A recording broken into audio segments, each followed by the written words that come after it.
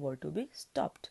But the Britisher did not adhere to it strictly. They continued to conquest new territories to find newer sources of raw materials and fresh markets for their good. But on the whole, apart from this, they continue to conquest the territories. Apart from this, Pitt Act served its purpose. Pitt's Act laid its foundation for British rule in India. Pitt's Act was in force for almost 100 years, that is till 1857. And the last act is the Charter Act of 1830 and 1833. Now let us see the first Charter Act, the Charter Act of 1813. This act abolished the monopoly of company in all items traded with India except tea. So in the beginning I told you only East India Company were allowed to have business or allowed to trade with India. But after this act, the Charter Act of 1813 was enacted, they abolished the monopoly of the company. Now any company, any people, any person, any individual could trade with India. Now the Charter Act of 1883. The company had to wind up its operation in India. The Governor General now had full control over all military, revenue and civil affairs of the company. Now see the difference in the Regulating Act of 1774.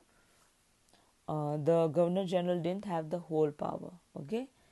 Now in the Charter Act of 1883, you can see the Governor General had full power over all military, over all revenue and over all civil affairs of the company. Now the homework is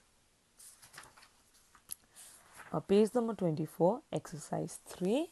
From exercise 3 you have to solve question number 4, question number 1 and question number 5.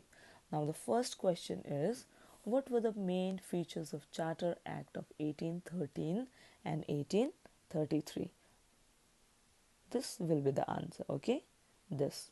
The Charter Act of 1813 abolished the monopoly of the company in all items traded with India except tea. Anyone from Britain could trade with India. And the Charter Act of 1883 was, the company had to wind up its operation in India. The Governor General now had full control over all military, all revenues and all civil affairs of the company. And the question number 4 is, describe the salient features of Regulating Act of 1773. You just open the book, you read the passage, you will get the answer there. Okay. As I have told you the points, the Regulating Act of 1773 provided for the appointment of Governor General in Calcutta, who was to supervise the Governor of Madras and Bombay. And he also allowed to set a provision of Supreme Court in Calcutta with a Chief Justice and 3 judges.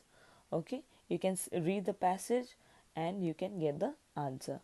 And the fifth one, the Pitt's India Act 1784 laid the foundation for British administration in India. Explain. You need to explain how the Pitt's India Act laid the foundation for British administration in India.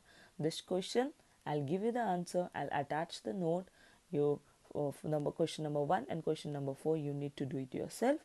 And question number 5, I'll give you the answers. Thank you.